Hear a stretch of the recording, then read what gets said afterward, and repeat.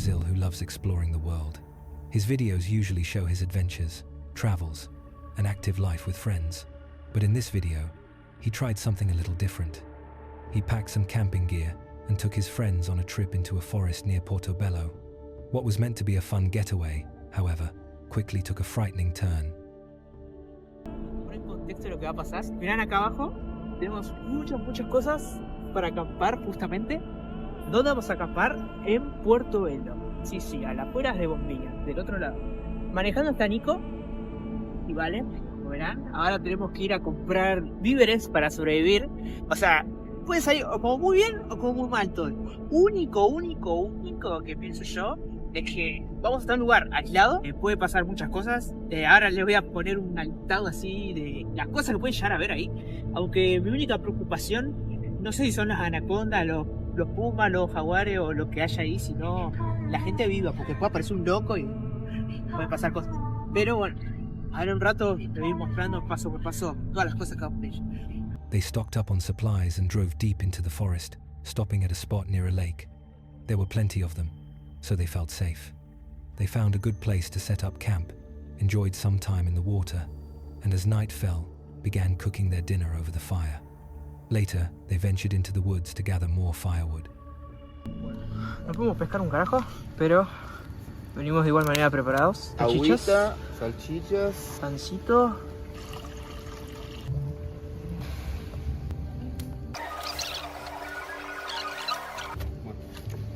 Espectacular.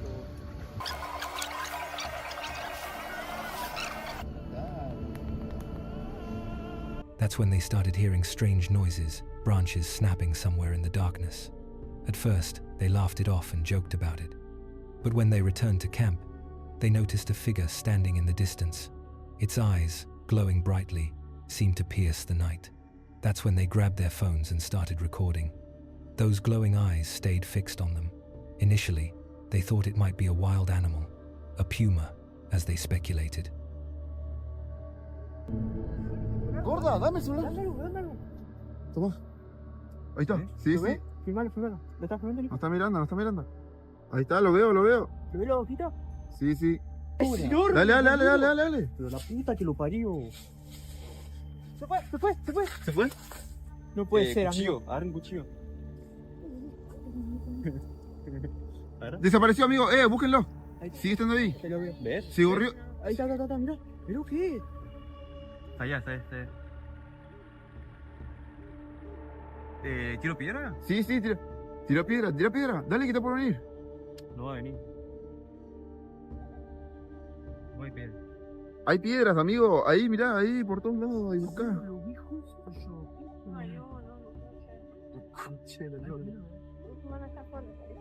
No está solo. Sí, está solo. Ahí está, ¿lo ves? Ahí está, se está moviendo. No lo veo, che. No tiene miedo. ¿Es eso de acá? No. Ah, acá. Ahí lo vi. Dale, tira. But the situation escalated when one of them turned their back to it, and the others dimmed their lights. Suddenly, the creature, or creatures, charged toward them. The animal closed in, terrifyingly close, and then, just as suddenly, it vanished. Realizing they weren't safe, the friends hurriedly packed their things and made their way out of the forest. Lo tengo, amigo.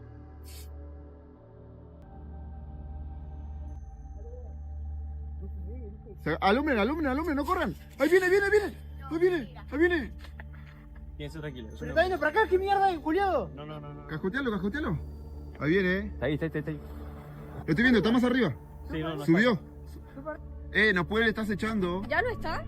Fortunately, whatever had been stalking them decided to retreat, likely realizing there were too many of them to attack.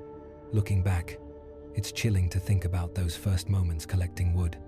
The breaking branches revealed that the animal had been watching them from the shadows, patiently waiting.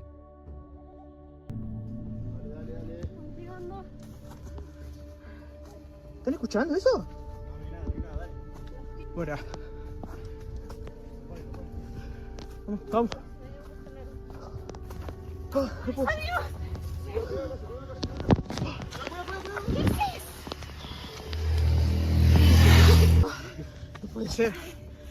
No puede ser. They had been lucky. If it had truly been a puma, someone could have been seriously injured.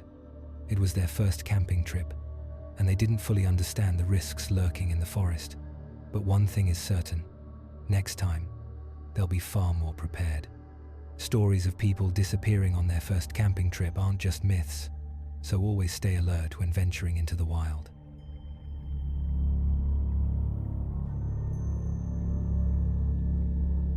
A family living near the edge of the woods had security cameras set up around their home. One night, their phone alerted them to movement in the front yard. Thinking it was just a wild animal wandering by, they opened the app to check, only to see something that froze them in place.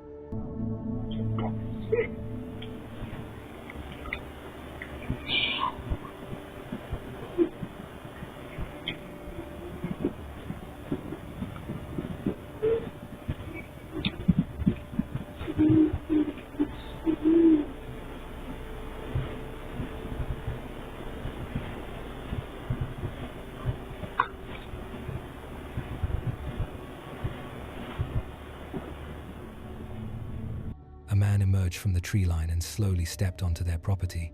At first, he seemed like he might simply be drunk or disoriented, but after a few moments, everything changed. And just to be clear, every voice you hear in the footage comes from this man alone. No one else was anywhere near the house that night.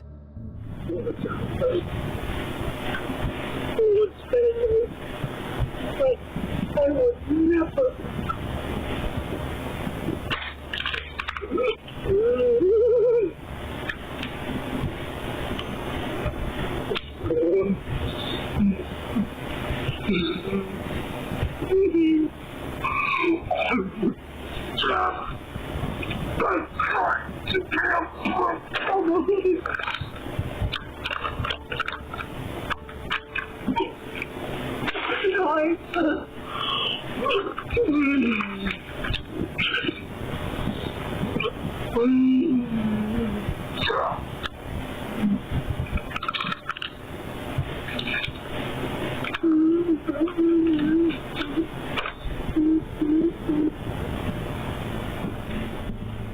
Viewers were shocked when the video went online.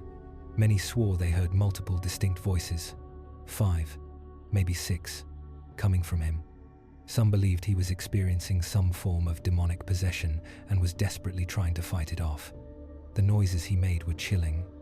The family had no idea who the man was or why he was there, but the question that lingered afterward was whether they were safe that night, or just incredibly lucky. Since then, the man has never returned, and his identity remains a mystery.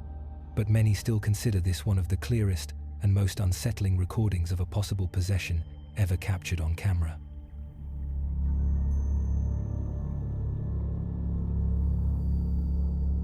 Kirill is someone who truly loves nature and wildlife, and most of his videos focus on animals in their natural habitat. In this particular video, he was camping deep in the forest when he began hearing strange, familiar sounds. Instinctively, he reached for his camera and started recording.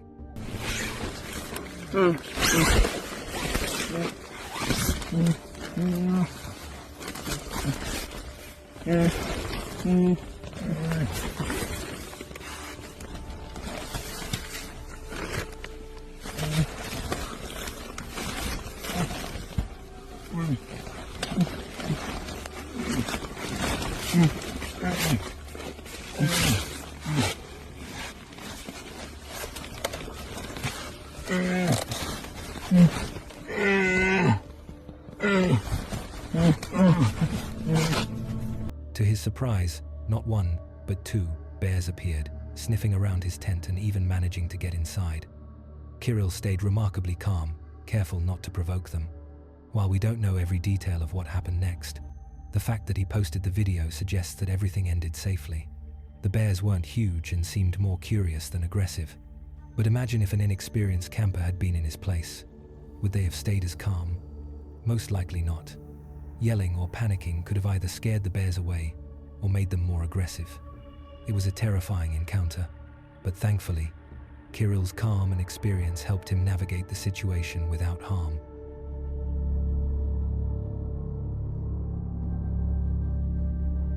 A group of friends was relaxing by the river on a sunny afternoon when something unusual caught their attention. A white cooler was drifting down the current, slowly making its way toward them. Curiosity immediately took over, and they began speculating about what could possibly be inside. You see that? Colby, go get this. Is that your guys's? I don't think it's gonna be moving for a while. Swim to it. What if it's treasure? I hope it's cocaine. If I would have had swimming shorts. I bought this guy.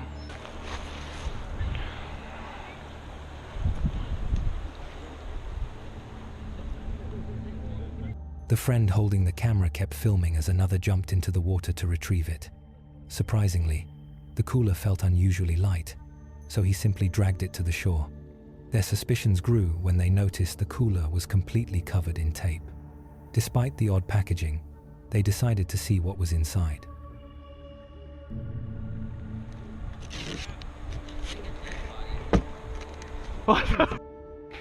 What the? Wanna see? There is a body in it. No. That's because they threw their kid in there.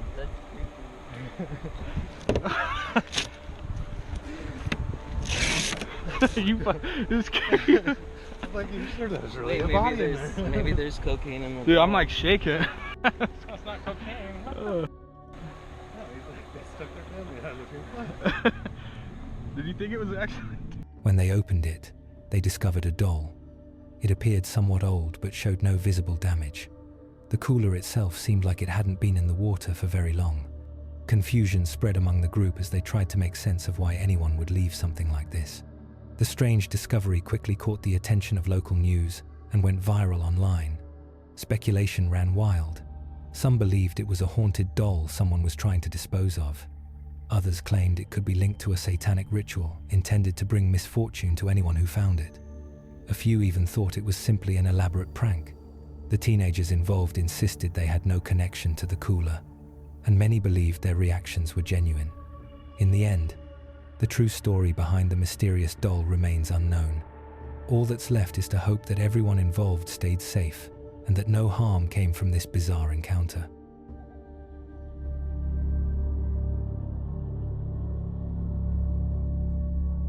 Johnny Green recently started a channel where he shares his camping adventures. Though he hasn't posted many videos yet, one from a few weeks ago shows him experiencing something far more unsettling than usual during a stealth camping trip in the forest.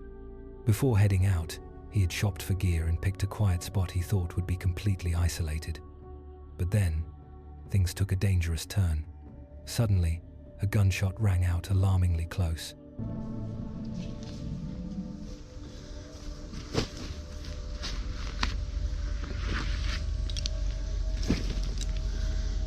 Oh, what a walk.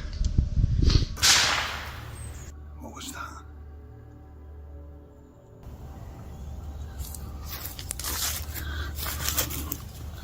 I cannot see nobody. Johnny couldn't see anyone, which meant the shooter likely hadn't seen him either, making the situation extremely risky. As he scanned the area, he noticed a truck parked nearby. Realizing the man was probably hunting wildlife, I need to get out of the way, because if he's shooting, I don't want to get shot. I was going to go camp down there too.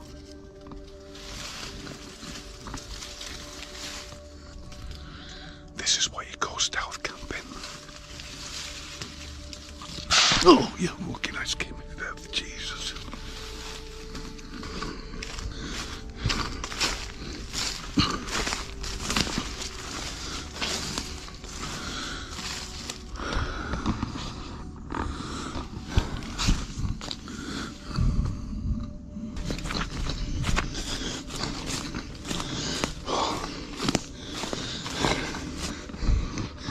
You know, I can get my backpack and put it up here.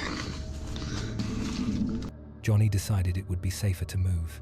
In these situations, staying hidden behind solid cover is crucial. Through the trees, he could have easily been mistaken for an animal and shot. He relocated, but then noticed the truck slowly driving along the forest's edge, stopping to scan the area.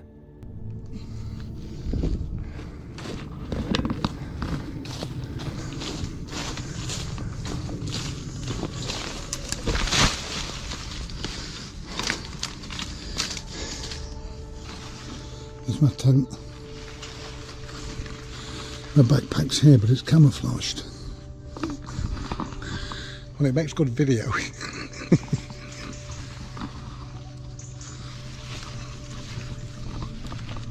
It seemed the vehicle had detected movement among the trees. Fortunately, the man eventually stopped shooting and drove away slowly. Stay low, Buffy. You see the car? Oh, he's stopping. He stopped. Oh, he's reversing. Oh, he's reversing. Oh, man.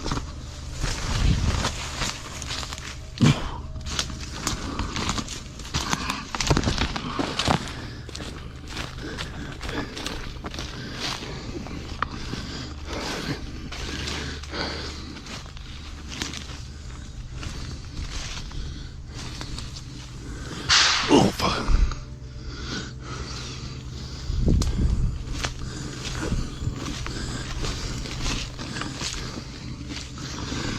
I'm proper scared now.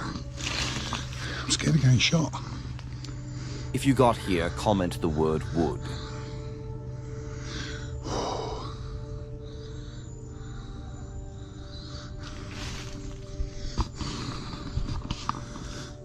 Oh, man.